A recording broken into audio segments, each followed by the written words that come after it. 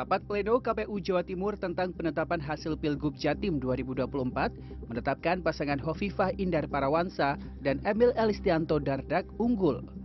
Hovifah Emil berhasil menang di 36 kota kabupaten di Jawa Timur dan mengantongi lebih dari 12.100.000 suara.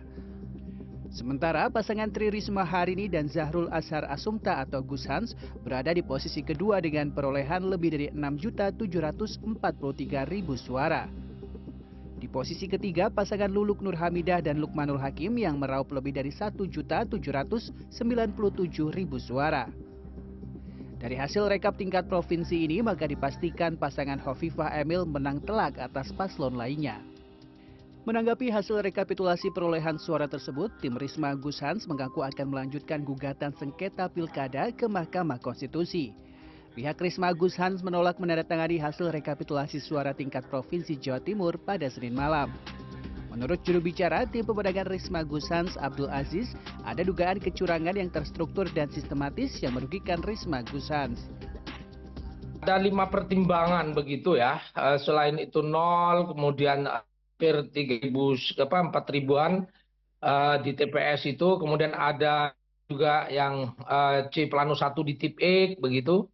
Kemudian ada suara hilang yang teman-teman semalam itu saksi menyebutnya mungkinkah ada tuyul begitu di Kota Pahlawan begitu.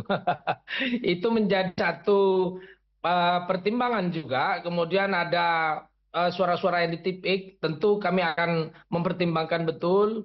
Kami telah berkoordinasi itu dengan rekan-rekan tim hukum, termasuk tentu DPP PDI Perjuangan. Kami akan mengambil langkah untuk ke Mahkamah Konstitusi sebagai tempat terakhir untuk menguji apakah yang terjadi ini kemudian berintegritas atau tidak. Itu lebih kepada bagaimana kualitas penyelenggaraan ya. Adakah kemudian keterlibatan para penyelenggara dalam hal kemudian suara Ibu Risma menjadi low bahkan kemudian menjadi 0 begitu. Itu tentu akan kami cermati di situ, dan pilihan Mahkamah Konstitusi saya kira pilihan yang sangat tepat itu, Mbak. Itu. Menurut dosen ilmu politik Universitas Negeri Yogyakarta, Fikri Disyacita mengajukan gugatan sengketa pilkada ke MK adalah suatu hal yang sah diajukan oleh paslon. Namun, paslon yang mengajukan gugatan harus mempertimbangkan beberapa hal, mulai dari bukti, selisih suara, hingga biaya politik yang harus dikeluarkan jika gugatan tersebut dikabulkan.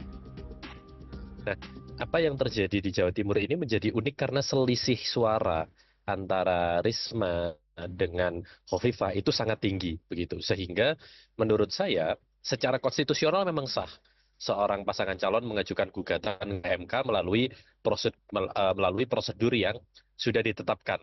Tapi kalau kita bicara kalkulasi politis, ini sangat berat ya untuk dilakukan oleh pasangan yang kemudian memiliki selisih cukup tinggi dengan kompetitornya, sehingga ketika nanti keputusan ini dikabulkan untuk kemudian sampai PSU pemungutan suara ulang, maka semua calon itu harus mempertimbangkan sumber daya, logistik, dan juga kemudian tenaga yang harus dikerahkan untuk memenangkan pemungutan suara ulang di beberapa wilayah yang disinyalir oleh salah satu kubu mungkin di sana terjadi indikasi kecurangan secara sistematis begitu.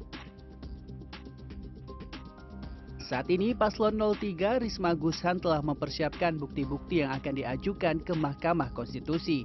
Tidak hanya mempersoalkan masalah suara, paslon ini juga menyoal masalah kualitas penyelenggaraan pilkada di Jawa Timur.